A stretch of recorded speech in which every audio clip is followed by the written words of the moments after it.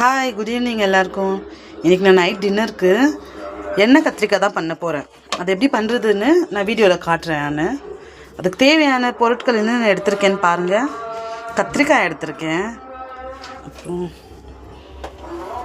வெங்காயம் 2 பெரிய வெங்காயம் கட் பண்ணி வச்சுருக்கேன், 2 தக்காளி, கொஞ்சம் புளி, கொத்தமல்லி, கருவேப்பிலை, 2 தக்காளி மிக்சியில் அரைச்சியும் வச்சுருக்கேன்.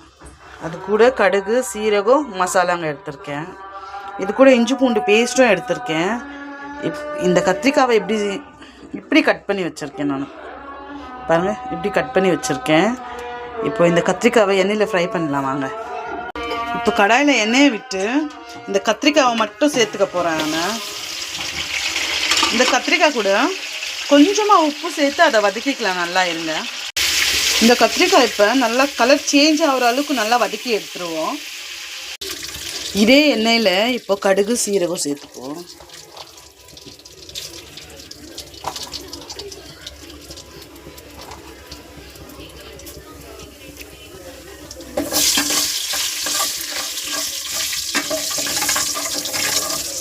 கடுகு, சீரகம் நல்லா வெடிச்சதும் கருவேப்பிலை சேர்த்துப்போம். கருவேப்பிலை சேர்த்ததும் வெங்காயம் சேர்த்துப்போம்.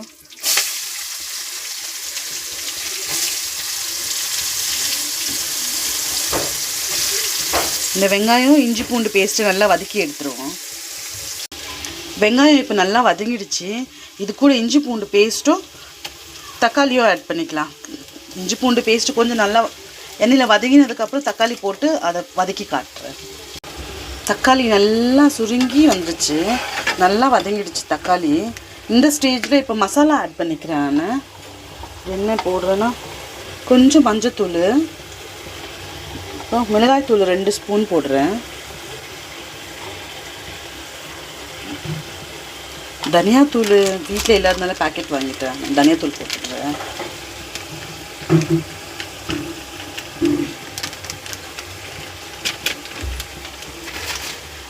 அவ்வளோதாங்க. இது நல்லா வதக்கிக்கலாம்.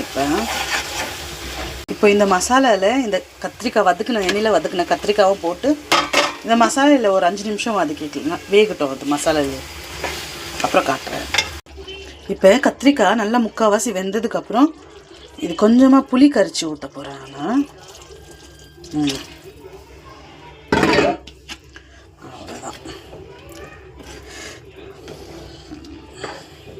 இப்போ இது நல்லா இன்னும் ஒரு 5-10 நிமிஷம் கொதிச்சதுக்கப்புறம் கொத்தமல்லி போட்டு இறக்கிடலாம். ஃபைனலாக காட்டுறேன். நான் அவ்வளோதாங்க. கொத்தமல்லி போட்டு இறக்கிட்டேன். என்னோடய எண்ணெய் கத்திரிக்காய் ரெடி ஆகிடுச்சு.